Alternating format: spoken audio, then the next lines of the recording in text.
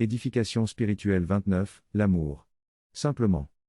Ne vous perdez pas dans la passion en appelant ça de l'amour. Car l'amour vrai est l'esprit de la mesure. Qui prendra un enfant dans ses bras en le pressant de sa pleine et de sa brute force?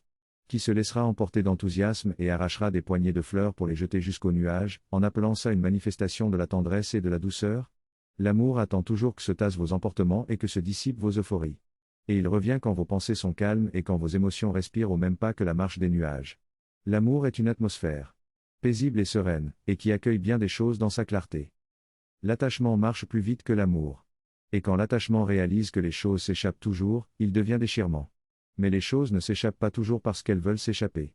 Elles s'échappent parce qu'elles sont comme un oiseau laissé dans une cage au barreau trop large, ou comme un cheval attaché seulement à une ficelle dans le pré.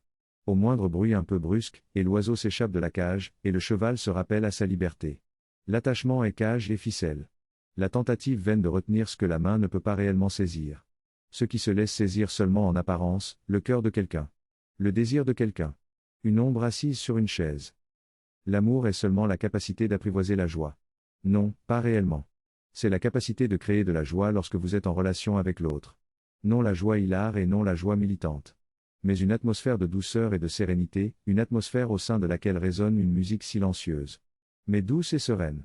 C'est une essence de douceur et de sérénité dans vos yeux et dans vos mots, c'est une mesure de douceur et de sérénité dans vos actes et dans vos comportements, c'est une accolade que vous savez donner par le seul fait de votre présence auprès de l'autre.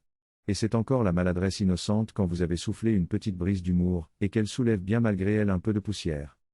L'amour c'est ce que vous avez à donner. Un peu de vous, un peu du parfum de vous. Quelque chose que vous avez su affiner en vous, quelque chose que vous avez su polir en vous. Ce que vous savez rassembler de poudre de lumière. Oui, c'est cela l'amour.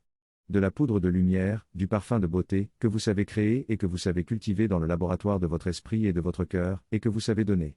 Avec de petits gestes naturels. Avec de grands élans tout aussi naturels.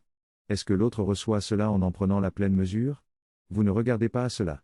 Parce que l'élégance de l'amour se trouve dans le don à l'autre. Et dans la liberté qui est laissée à l'autre, de recevoir à la mesure de son ouverture. L'amour, enfin. C'est aussi ce sentiment de douceur et de lumière que l'autre fait naître en vous. Et que la relation avec l'autre a le don d'entretenir et de nourrir en vous. Peut-être que l'autre ne sait pas lui-même comment cela arrive. Il ne se sent peut-être pas aussi beau que vous le voyez, il ne se sent peut-être pas aussi doux que vous le ressentez. Et cette vie que sa présence et que son interaction font naître en vous, l'autre ne la sent peut-être pas en lui-même. Et pourtant. C'est cela l'amour. Un souffle de magie qui émane de l'autre, que l'autre en soit conscient ou non. Et que vous ressentez, et qui vous rend un peu plus heureux. Si vous donnez de l'amour, en réalité c'est pour essayer de faire naître et de nourrir de la douceur et de la sérénité en l'autre.